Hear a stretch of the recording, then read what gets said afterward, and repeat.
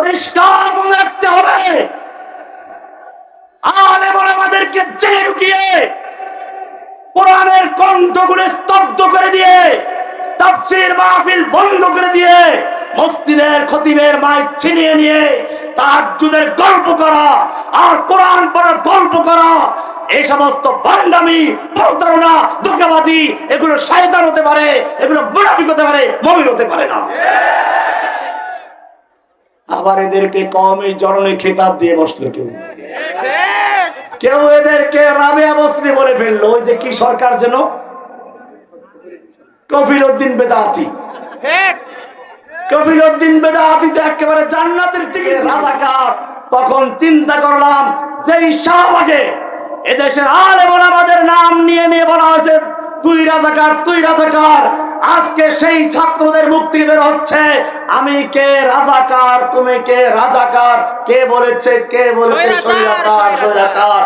এরপরে যখন শুনলাম তাদের স্লোগানের ভাষা, বুকের ভিতর অনেক ঝড়, স্বৈরাচার, গুলিকর, তখনই বুঝেছিলাম এই জনস্রোতকে ঠেকাবার শক্তি হাসিনা দুর্গা আছে, বাপেরও নাই, দিল্লিরও ক্ষমতা নেই এই জনস্রোতকে ঠেকাবার।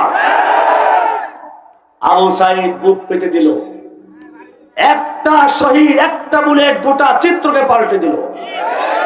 যুগে যুগে এটাই হয়েছে। যখন ময়দানে তোমরা অবতীর্ণ হবে, যদি আল্লাহর রাস্তায় জীবন দিতে পারো, ইনশাআল্লাহ তোমাদের ঐক্যবদ্ধ আন্দোলনকে দুনিয়ার কোন শক্তি মোকাবেলা করতে পারবে না। ভারতের হাতে যত অস্ত্র থাকুক না কেন, পারমাণবিক বোমা থাকুক না কেন, সব নিষ্ক্রিয় করে দিয়ে আল্লাহ তোমাদের বিজয় দিতে পারেন। মনে রাখতে হবে, ইব্রাহিম আলাইহিস সালাম একা দাঁড়িয়ে আছেন, আর গোটা নমরুদের তাগুতি শক্তি মূর্তি পূজকরা দাঁড়িয়ে আছে। ইব্রাহিম আলাইহিস সালামকে আগুন নিক্ষেপ করা হচ্ছে। ফেরেশতারা পর্যন্ত আল্লাহর কাছে ফরিয়াদ করে বলছে, রব্বুল আলামিন তোমার ইব্রাহিমকে রক্ষা করো। আল্লাহ তাআলা বলেন, আমার কিছু নিয়ম আছে, আমি বান্দার ক্ষমতা চেষ্টা দেখতে চাই। ঘরে বসে বসে দোয়া করলে চলবে না, বসে থাকলে হবে না। ইব্রাহিম আলাইহিস সালাম কি করে দেখি শেষ পর্যন্ত টিকে থাকে না আপোষ করে। অনেকেই মার খেয়েছে গল্প করে, কিন্তু শেষ পর্যন্ত টিকে থাকে নাই। আমি তোমাদের বলবো, যারা শেষ পর্যন্ত টিকে থাকে নাই, দালালি করেছে, তাদেরকে অবিশ্বাস করতে যাওয়া হবে না, তাদেরকেও সতর্কতার সাথে দেখতে হবে। তারা যতই গল্প করুক, তারা শেষ পর্যন্ত টিকে নাই। আর যারা শেষ পর্যন্ত টিকে না থাকে, তারা আল্লাহর দরবারে বাতিল বলে গণ্য হয়ে যায়। ইব্রাহিম আলাইহিস সালাতু ওয়াস সালামকে নিক্ষেপ করা হচ্ছে আগুনে। ফেরেশতারা পর্যন্ত ফরিয়াদ করে বলছে, রব্বুল আলামিন তোমার ইব্রাহিমকে তো আগুনে নিক্ষেপ করা হচ্ছে। আল্লাহ বলেন, আমার নিয়ম হলো বান্দার ক্ষমতা যেইখানে শেষ হয়ে যায়, ওখান থেকে আমি আল্লাহর সাহায্য শুরু হয়ে যায়। ইব্রাহিম আলাইহিস সালামকে যখন আগুনে নিক্ষেপ করা হলো, ইব্রাহিমের ক্ষমতা শেষ হয়ে গেছে, আর তার কোনো ক্ষমতা নেই। এইবারে আল্লাহ বলে, ইব্রাহিম তুমি তোমার শেষ পর্যন্ত লড়াই করেছো, এবারে আমার সাহায্য শুরু হয়ে গেল। কুলনা ইয়া নারু কুনি বারদাহ ওয়া সালামান আলা ইব্রাহিম, ও আগুন আমার ইব্রাহিমের প্রতি আরামদায়ক ঠান্ডা হয়ে যাও, ইব্রাহিমের কষ্ট দিবে না, ইব্রাহিমের জন্য একটা পশম পর্যন্ত না করে সাবধান থাকবে। কে ঠান্ডা করে দিলেন? যে আল্লাহ রাব্বুল আলামিন ইব্রাহিমের জন্য আগুনকে ঠান্ডা করে দিয়েছিলেন, সে আল্লাহ এখনো জীবিত আছেন কিনা? সে আল্লাহ ভারতের সমস্ত অস্ত্র গুদামকে ঠান্ডা করে দিয়ে, ধ্বংস করে দিয়ে দিল্লি পর্যন্ত বিজয় করার ক্ষমতা দিতে পারেন কিনা? নাকি আল্লাহ বুড়ো হয়ে গেছে?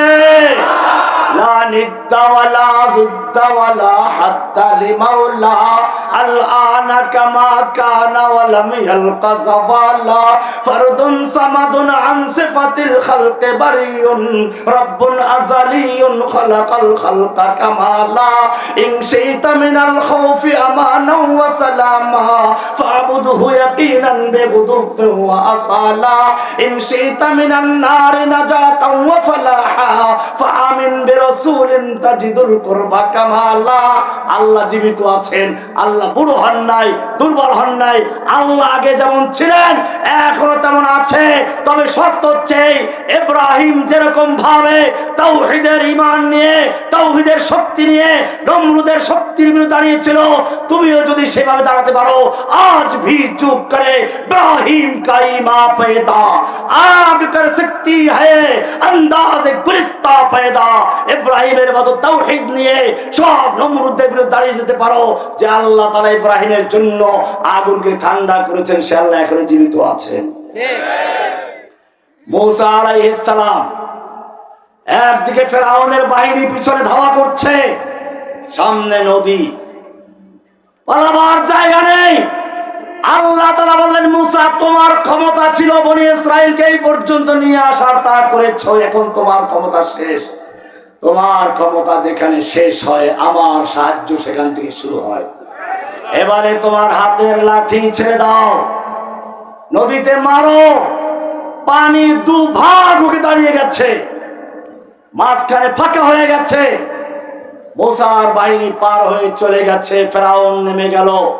আল্লাহ রাব্বুল আলামিন পানিকে বলেন, এখনো দাঁড়িয়ে আছো, দুপাশ থেকে চাপা দিয়ে ফেরাউনকে জনমর্তে বিদায় করে দে।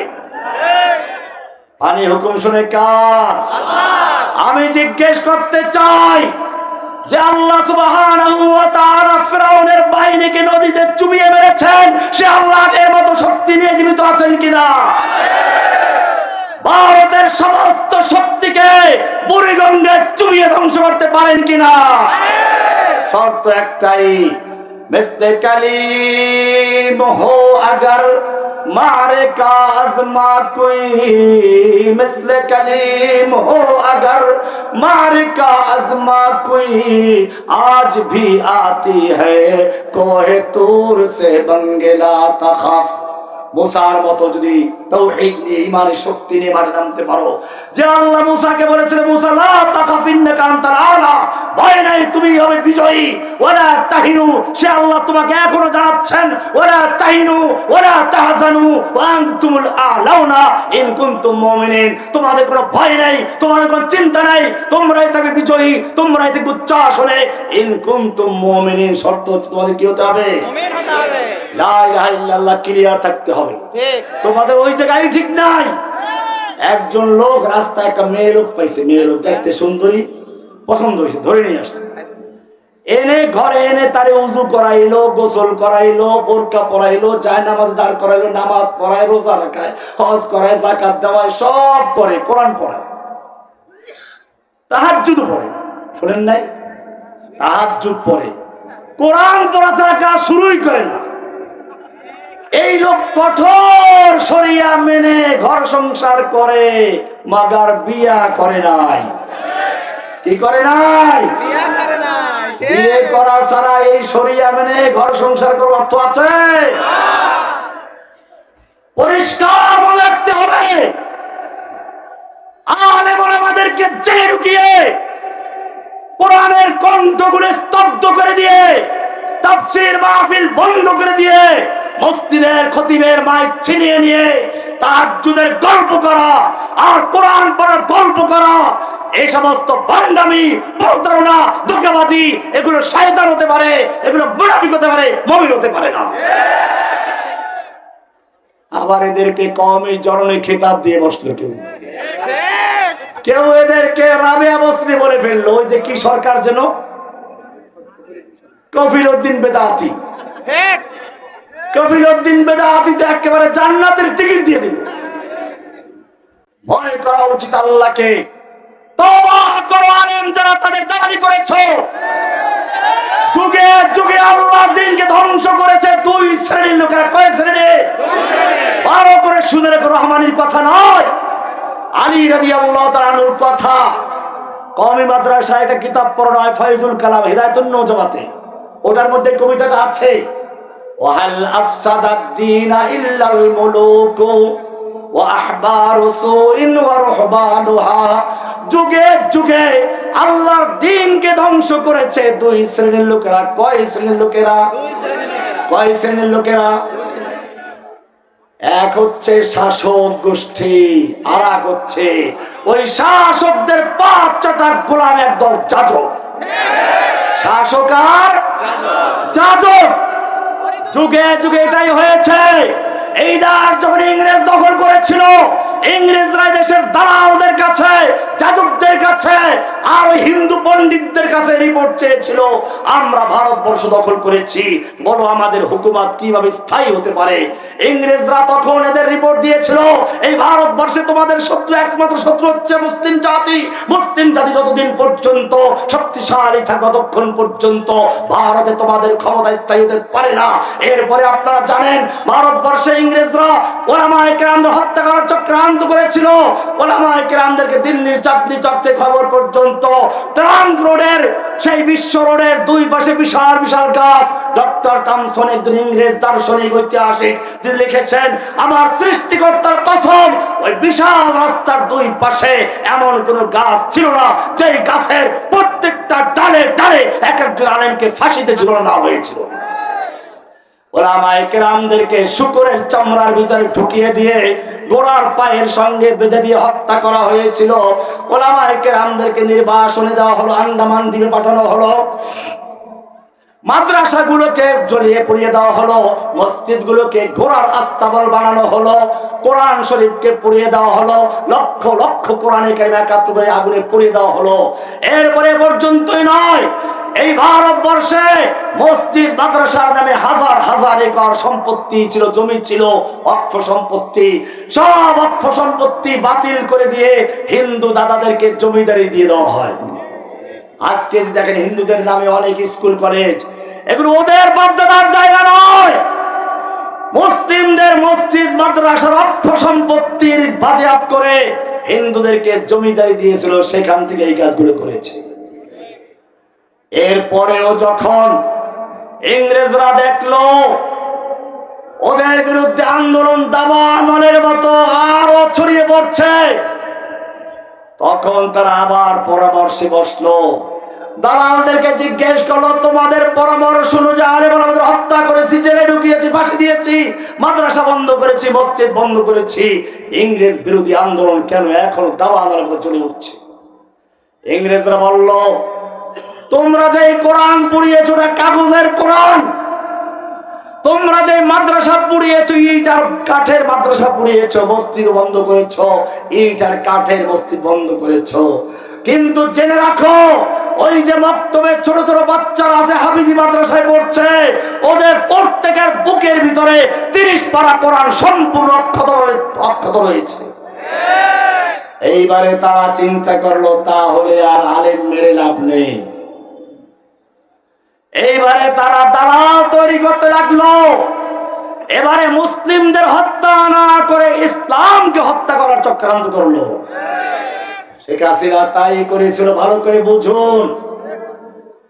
ওই যে শিক্ষা সিলেবাসের ভিতরে বানর তত্ত্ব ঢুকিয়েছে, কেন জানেন? ইংরেজরা এই কাজটাই করেছিল। ইংরেজরা তখন একজন নবী বা দাবিদার লোককে তৈরি করলো, গোলাম আহমদ কাদিয়ানী। এই গোলাম আহমদ কাদিয়ানী সর্বপ্রথম যে বিষয়ে কিতাব লেখে তা হচ্ছে মুসলিমদের জিহাদের বিরুদ্ধে কিতাব লেখে। কারণ ইংরেজরা ভয় পেত জিহাদকে, ভয় পেত জিহাদি আলেমদেরকে। আপনারা জানেন দেওবন্দ মাদ্রাসার যে প্রতিষ্ঠাতা কাসেম নানতুবি, হাজী ইমদাদুল্লাহ মুহাজির মক্কি, রশিদ আহমদ গঙ্গোহী, এরা ইংরেজ বিরুদ্ধে যুদ্ধ করে একটা স্বাধীন রাষ্ট্র গঠন করেছিলেন। থানা ভবন ছিল তাদের রাজধানী।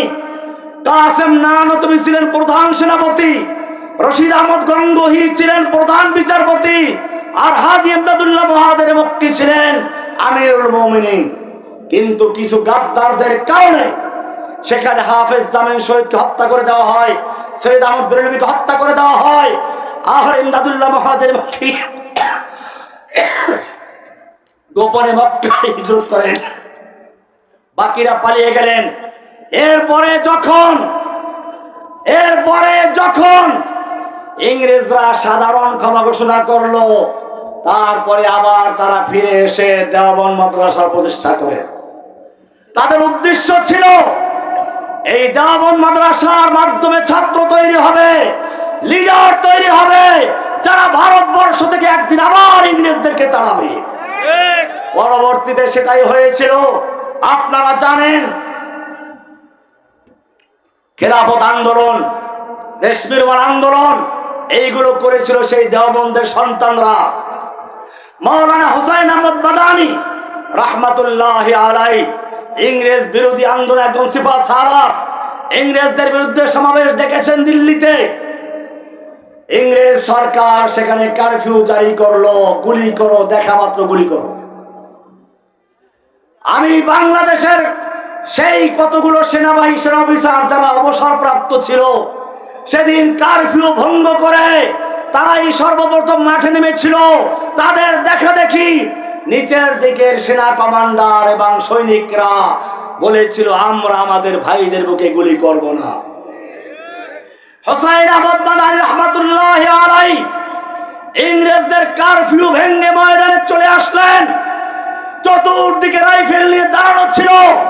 তিনি বক্তব্য শুরু করলেন এভাবে, আমি শুনেছি এই সাদা কুকুরের দল ঘোষণা করেছে মাদানীকে দেখা মাত্র গুলি করা হবে। আমি মাদানী হাজির হয়েছি, করো গুলি। এই বলে তিনি তার শেরওয়ানির বোতাম খুলে দিয়েছিলেন। সঙ্গে সঙ্গে এমন ধিক্কার পড়লো, ওদের হাত থেকে ভয়ে রাইফেল গুলো পর্যন্ত পড়ে গিয়েছিল। দীর্ঘ 2 ঘন্টা বক্তব্য দিয়েছিলেন। সে ঐতিহাসিক ভাষণের সূচনা ছিল এইভাবে, সাগামিরো গরবাজিরো মোশেরা দেবা কুনন্দ ইচনে আরকানে দৌলত মুলকেরা বেরা কুনন্দ। ও দুনিয়ার মানুষ শুনে রেখো, যেই সংসদের প্রধানমন্ত্রী হচ্ছে কুকুর। প্রধানমন্ত্রী কি? আর ক্যাবিনেট মন্ত্রীরা হচ্ছে বিড়াল, সাধারণ এমপিরা হচ্ছে ইঁদুর। আমার কবিতা না, ওনার কবিতা। সাগামির ও সাগ মানে কুকুর, আমির মানে বাদশাহ প্রধানমন্ত্রী। সাগামির ও গরবাজির ও গরবা মানে হলো বিড়াল। মোশের আদে বা কুনাল, মোশ মানে হলো ফার্সিতে ইঁদুর। এচনে আর কানে দৌলত মুলকে রাবিরা কুনাল।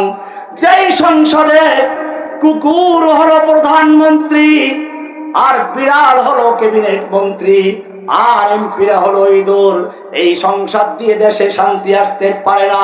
এই সংসদ দিয়ে কোনো শৃঙ্খলা ঠিক থাকতে পারে না।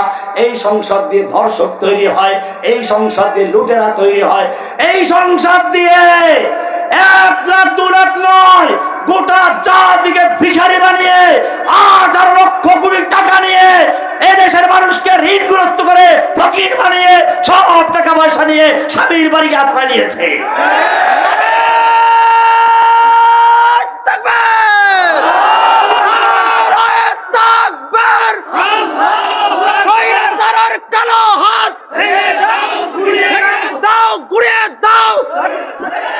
ভারতের দালালেরা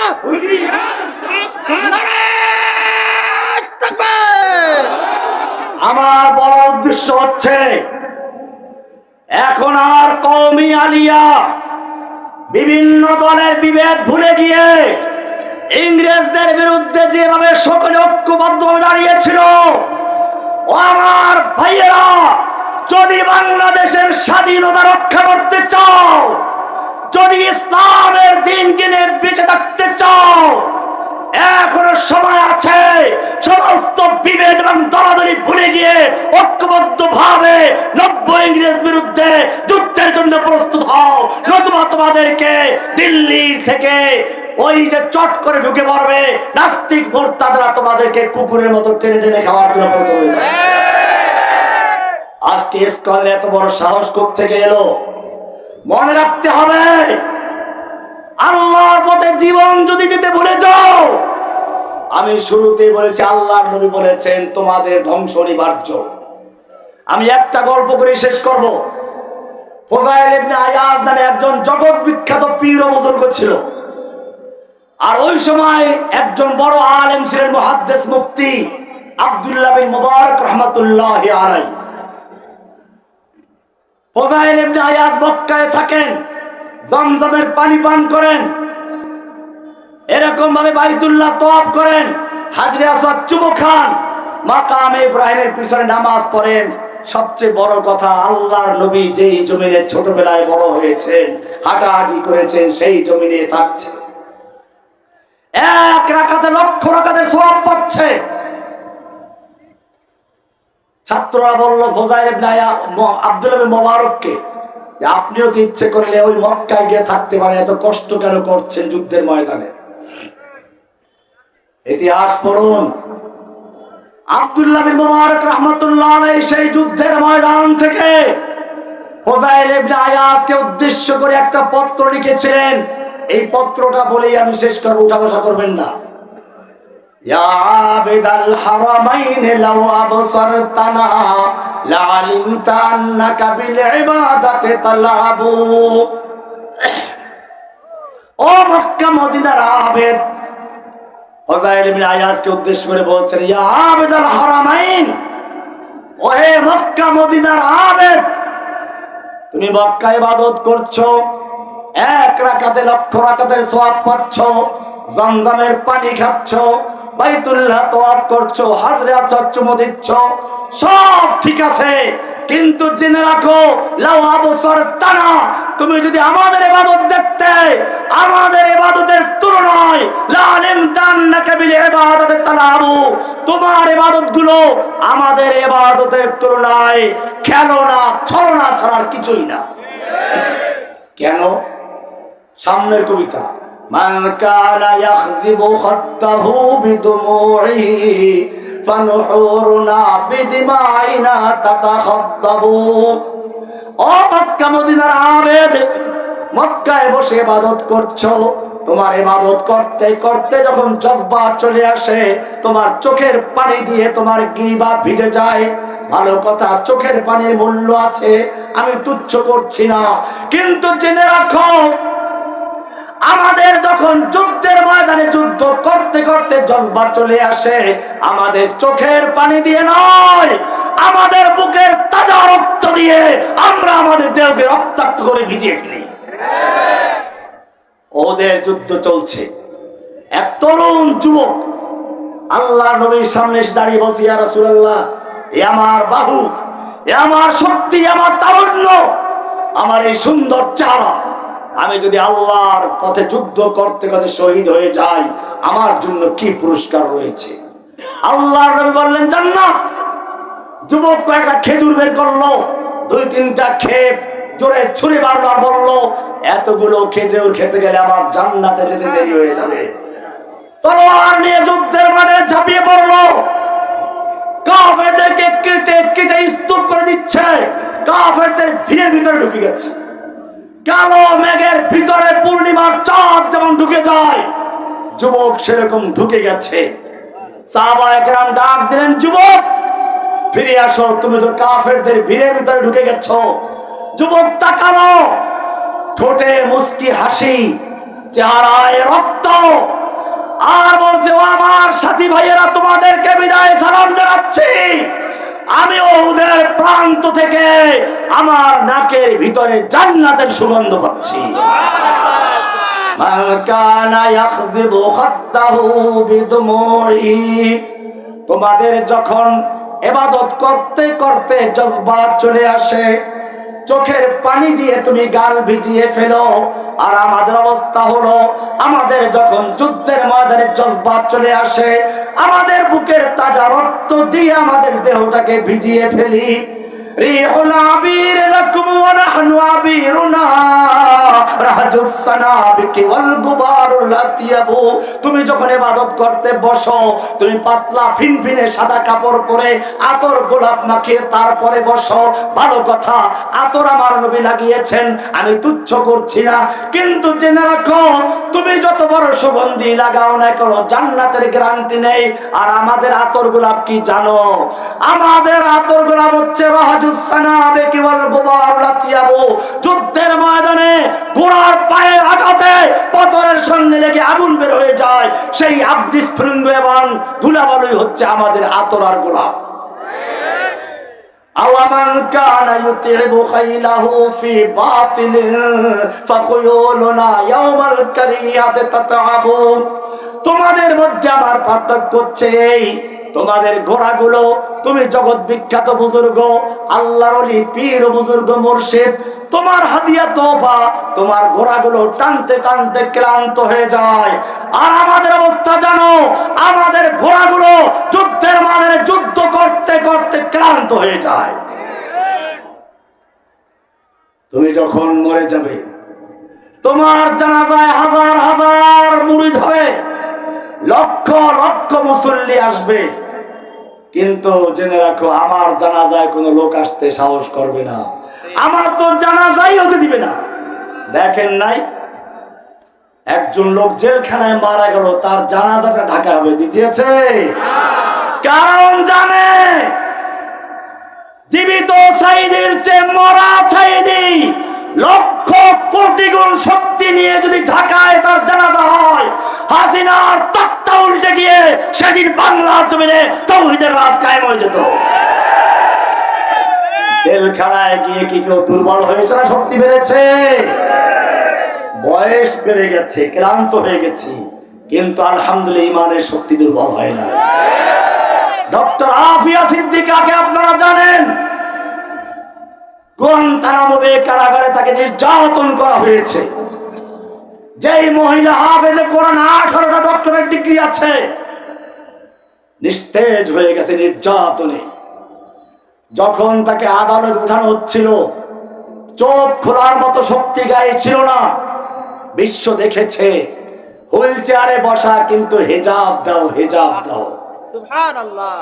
আমেরিকার গোয়েন্দারা রিসার্চ করেছে, বলেছে আমরা নির্যাতন করে করে তার দেহকে নিস্তেজ করতে পেরেছি, কিন্তু তার ঈমানকে চুল পরিমাণ দবাতে পারি না। মনে রাখবে, জালিম সরকার আমাদের অত্যাচার করেছে, মাসকে মাস বেড়ি পড়ে রেখেছে,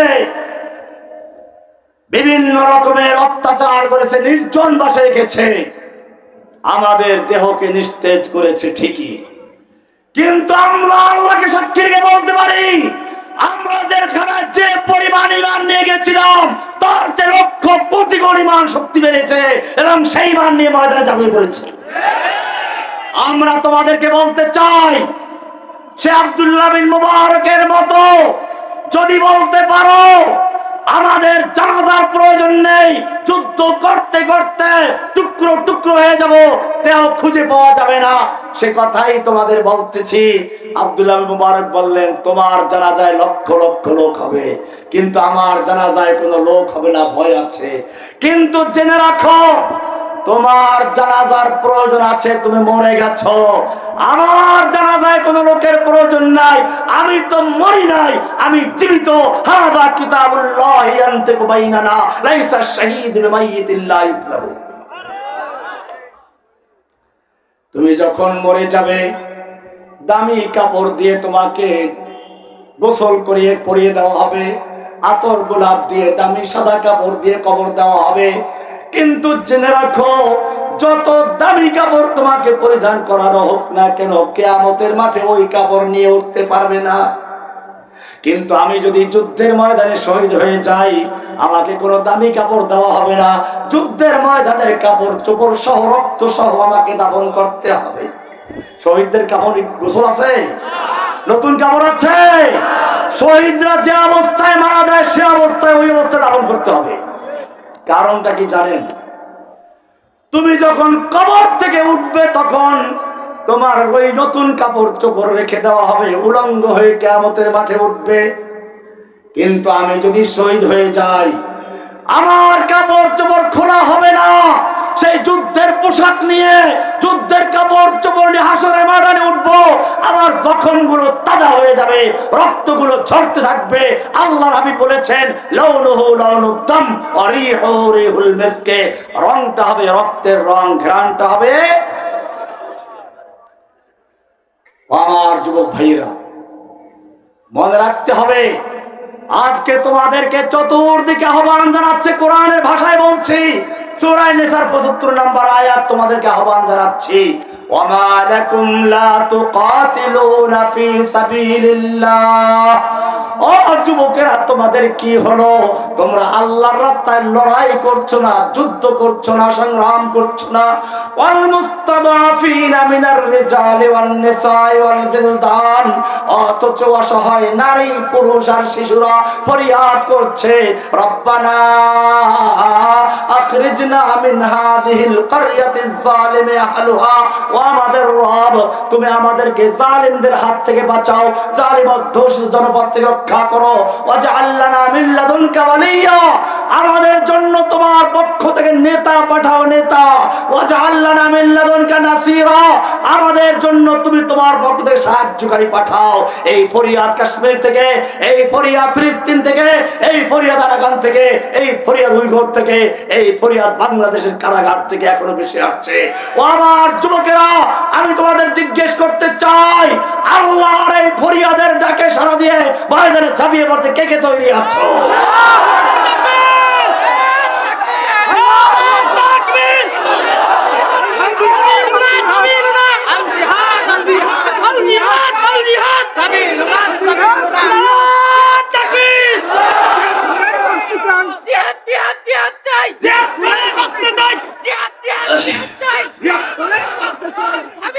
জেনে রাখবে, আজকে তোমাদের একটা পরিচয় দিচ্ছি, পরিচয়।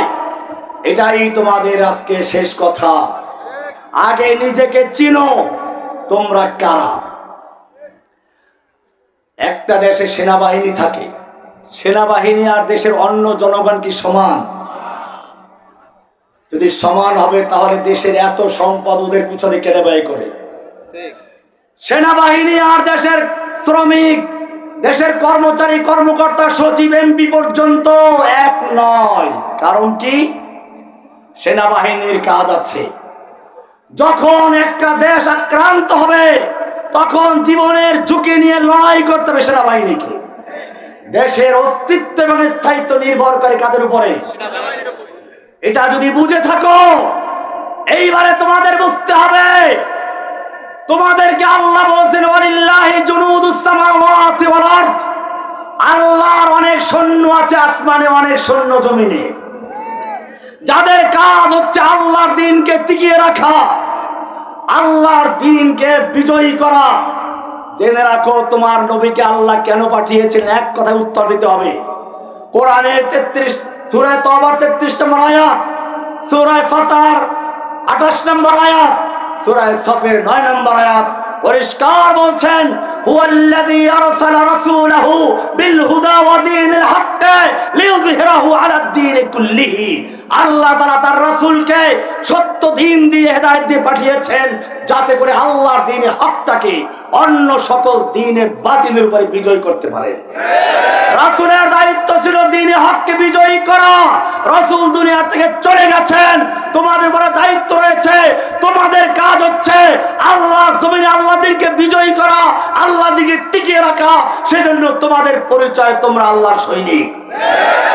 দলিল সূরা ফাতার 7 নম্বর আয়াত, সূরা আল ফাতার 7 নম্বর আয়াত দলিল। আল্লাহ বলেছেন ওয়ালিল্লাহি জুনুদুস সামাওয়াতি ওয়াল আরদ, আল্লাহর অসংখ্য সৈন্য আছে আসমানে, অসংখ্য সৈন্য জমিনে। আসমানের সৈন্য ফেরেশতারা, আমি জিজ্ঞেস করতে, জমিনের সৈনিক কারা? যদি তোমরা নিজেদেরকে চিনতে পারো আল্লাহর সৈনিক, তাহলে ফিলিস্তিনিদের মতো তারা, আমি ফিলিস্তিনের গান শোনাচ্ছি, তারা গান গায়, লা তাসালনি মান আনা, লা তাসালনি, লা তাসালনি, লা তাসালনি মান আনা, আনা মিন জুনদিস সামা। আমায় জিজ্ঞেস করো না, আমার কাছে জানতে চেও না আমার পরিচয় কি। আমার পরিচয় হচ্ছে আসমানের সৈনিক। যদি নেতা নেত্রী সৈনিক স্লোগান দিতে পারে, আমরা সবাই অমুকের সেনা, ভয় করি না বুলেট পেমা, আমি জিজ্ঞেস করতে চাই, তোমরা যদি সত্যিকার অর্থে আল্লাহর সৈনিক হয়ে থাকো, তাহলে যত মোকাবেলা আসবে প্রয়োজনে বুকের তাজা রক্ত ঢেলে দিয়ে ময়দানে ঝাঁপিয়ে পড়তে তৈরি আছো কিনা? तंदे बाद मुखालिफ से न घबराए हो काब, ये तो चलती है तुझे ऊंचा उड़ाने के लिए, তুমি হচ্ছে ঊর্ধ্ব গগনের বাজ পাখি। বাজ পাখি ঝড় তুফান দেখে ভয় পায় না, বরং বাতাসের তালে তালে আর ঊর্ধ্বে চলতে থাকে। তু শাহিন হয় পরওয়াজ হয় কাম তেরা। এ মুসলিম যুবক, তুমি সেই বাজ পাখি, তোমার কাজ হচ্ছে ঊর্ধ্ব আকাশে উঠতে থাকা। তেরে সামনে आसमां और भी है, তোমার সামনে আরো আকাশ রয়েছে। ওঠো, ফির তুঝে পার করনি है जहां की आबरी। আবার তোমাকে বিশ্বের নেতৃত্ব দেওয়ার জন্য ময়দানে ঝাঁপিয়ে পড়তে হবে। এক হাতে কোরআন নিয়ে আর এক হাতে তলোয়ার নিয়ে তুমি উঠো। উঠ খোদা কে নাম লেकर फिर आलमबर दारिबान, ইসলামের পতাকা উড্ডীন করার জন্য তোমাকেই আল্লাহ আহ্বান জানাচ্ছে। আল্লাহর আহ্বানে সাথ করে আজকে ইনশাআল্লাহ। আল্লাহ সুবহানাহু ওয়া তাআলা এই মাহফিলকে কবুল করেন, আমিন। এই মাহফিলকে যারা আয়োজন করেছেন অর্থ দিয়ে, শ্রম দিয়ে, পরামর্শ দিয়ে, আল্লাহ সুবহানাহু ওয়া তাআলা তাদের সকলকে কবুল করেন, আমিন। আল্লাহ সুবহানাহু ওয়া তাআলা আমাদের এই মাহফিলে যারা উপস্থিত হয়েছে সকলকে নিরাপদে ঈমানি শক্তি নিয়ে আবার ঘরে ফেরার তৌফিক দান করুন, আমিন। এবং প্রয়োজনে আল্লাহ দিনের জন্য জীবন দিতে তৌফিক দান করুন, আমিন। এখন আর প্রশ্ন উত্তরের পরিবেশ নাই। ইনশাআল্লাহ আল্লাহ তাআলা আমাদেরকে আবার যদি কখনো জড়ো করেন আরো বিষয়ে আলোচনা হবে। আজকে বন্ধু শেষ। আসসালামু আলাইকুম ওয়া রাহমাতুল্লাহি ওয়া বারাকাতুহু।